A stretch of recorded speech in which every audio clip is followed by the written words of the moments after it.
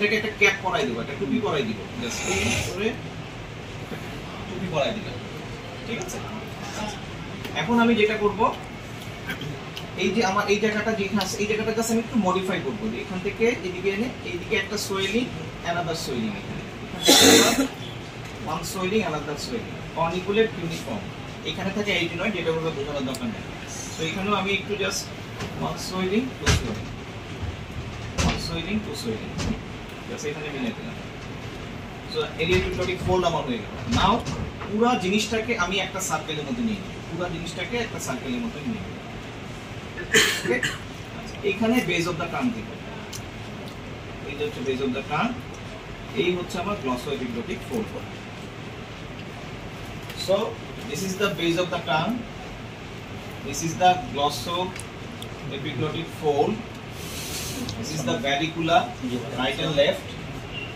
এবং যেটা বলতেছিলাম যে আচ্ছা এটা আসলে এটা হচ্ছে epiglottis,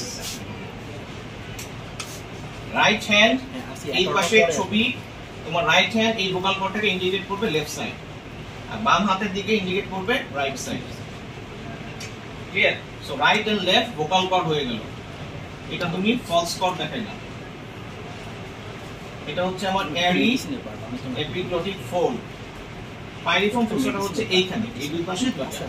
so this is the piriform fossa. Okay, এখানে ফিউ রিংস অফ ট্রাকিয়া তুমি দেখাইতে পারো, ফিউ রিংস অফ ট্রাকিয়া, ভিতর দিকে আমি একটু ফিউ রিংস অফ ট্রাকিয়া আমি দেখতে পাবো। So this is the picture of IL.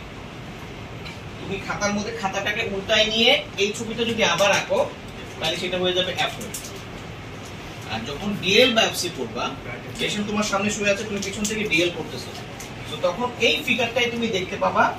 এই রাইট হ্যান্ডটা রাইট ভোকাল কর্ডকে ইন্ডিকেট করবে, লেফট হ্যান্ড লেফট ভোকাল কর্ডটাকে ইন্ডিকেট করবে। এই হচ্ছে আমাদের আইএল, এফওএল এবং হচ্ছে ডিএল। আমি মনে করি এইভাবে আঁকলে একটু দ্রুত আঁকা যায়, চর্চা করলেই পারবে ইনশাআল্লাহ।